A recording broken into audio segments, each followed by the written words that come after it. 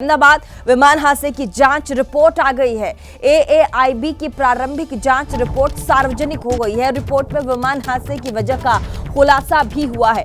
ईंधन की सप्लाई रुकने से दोनों इंजन बंद हो गए थे, ये रिपोर्ट बताती है। फ्यूल कंट्रोल स्विच बंद होने से ईंधन सप्लाई जो है वो रुक गई। कहा जा रहा है कि फ्यूल कंट्रोल स्विच वो एक के बाद एक कट ऑफ मोड पर चली गई थी। उसके बाद जो विंग्स हैं वहां पर ईंधन की जो सप्लाई होती है वो रुक गई थी। उसके बाद ये हादसा हुआ था। तो बड़ी खबर आपको बता दे, अहमदाबाद जो विमान हादसा हुआ था उसको लेकर जांच की जो रिपोर्ट है वो सामने आ गई है, जिसमें एएआईबी की प्रारंभिक जांच रिपोर्ट से ये पता चलता है कि विमान हादसे की वजह का जो खुलासा हुआ उसमें ये कि ईंधन की सप्लाई रुकने से दोनों इंजन बंद हो गए थे। साथ ही फ्यूल कंट्रोल स्विच होता है और ऐसे में एक के बाद एक जो है फ्यूल कंट्रोल स्विच के बंद होने से दोनों जो विंग्स थे विमान के, उस पर ईंधन की जो सप्लाई है वो रुक गई थी। तो बड़ी खबर इस वक्त हम आपको बता दें और ऐसे में आपको बता दें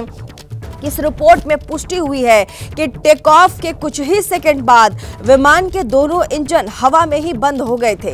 यह रिपोर्ट विमान दुर्घटना जांच ब्यूरो ने तैयार की है और रिपोर्ट में कहा गया है कि बोइंग ड्रीमलाइनर 787 विमान में ईंधन आपूर्ति को नियंत्रित करने वाले फ्यूल कट ऑफ स्विच एक के बाद एक सेकंड के अंदर रन से सीधा कट ऑफ मोड की स्थिति में चले गए थे, जिसके कारण दोनों ही इंजनों को ईंधन मिलना सीधा बंद हो गया था और वे बंद हो गए थे।